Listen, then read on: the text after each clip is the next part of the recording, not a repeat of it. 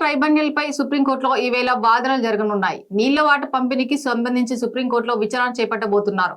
ఈ విచారణ తెలంగాణ నీటి వాటా సాధన కోసం తమ వాదనలను గట్టిగా వినిపించాలని సీఎం రేవంత్ రెడ్డి నీటి పారుదల రంగ నిపుణులు ప్రభుత్వ అధికారులను కోరారు. కృష్ణజల వివాద ట్రైబన్యల్ ఎదుట బలమైన వాదనను వినిపించాలని ముఖ్యమంత్రి రేవంత్ రెడ్డి సూచించారు. ఏపీ పునర్విభజన చట్టం ప్రకారం ప్రాజెక్టుల వారీగా నీటి కేటాయింపులు జరగాల్సిందేనన్నారు. ఏపీ పునర్విభజన చట్టం ప్రకారం ఏర్పాటైనటువంటి ఎపెక్స్ కౌన్సిలింగ్ కూడా వివాదం లేకుండా నీటి పంపకాలు రెండు రాష్ట్రాల మధ్య జరగాలని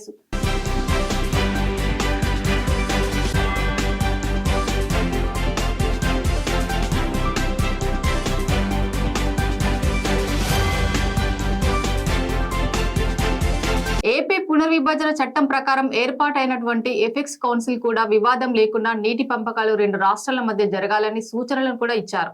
సీఎం రేవంత్ రెడ్డి కృష్ణజలాల వాటపై న్యాయస్థానంలో తెలంగాణ తరపున బలమైన వాదన వినిపించాలని అడ్వకేట్ జనరల్ సుప్రీంకోర్టు న్యాయవాది వైద్యనాథన్, నీటిపారుదల శాఖ మంత్రి ఉత్తమ్ కుమార్ రెడ్డి సూచించారు.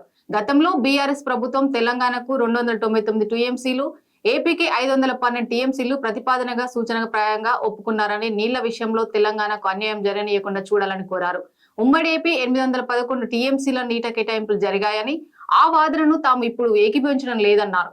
తెలంగాణ లభ్యత సాగు విస్తీర్ణం ఎక్కువగా ఉందని, ఉమ్మడి ఏపీలో 811 టీఎంసీలు కేటాయించారని, అందులో మెజారిటీ టీఎంసీలు తెలంగాణకు కేటాయించాలని మంత్రి ఉత్తమ్ కుమార్ రెడ్డి డిమాండ్ చేశారు. కృష్ణా జలాలపై అధిక హక్కులు తమకే ఉన్నాయనే వాదనను ట్రైబన్సీలు వాదించినట్లు తెలియజేశారు.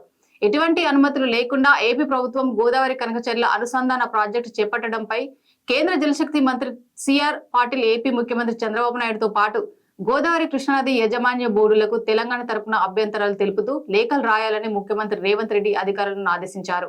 ఈ సమీక్ష సమావేశంలో రాష్ట్ర నీటి పారుదల శాఖ మంత్రి ఉత్తమ్ కుమార్ రెడ్డి, మంత్రులు శ్రీధర్ బాబు, పొంగులేటి శ్రీనివాస్ రెడ్డి, రాష్ట్ర ప్రభుత్వ ప్రధాన కార్యదర్శి శాంతి కుమారి, రాష్ట్ర ప్రభుత్వ నీటి పారుదల శాఖ సలహాదారు తదితరులు పాల్గొన్నారు.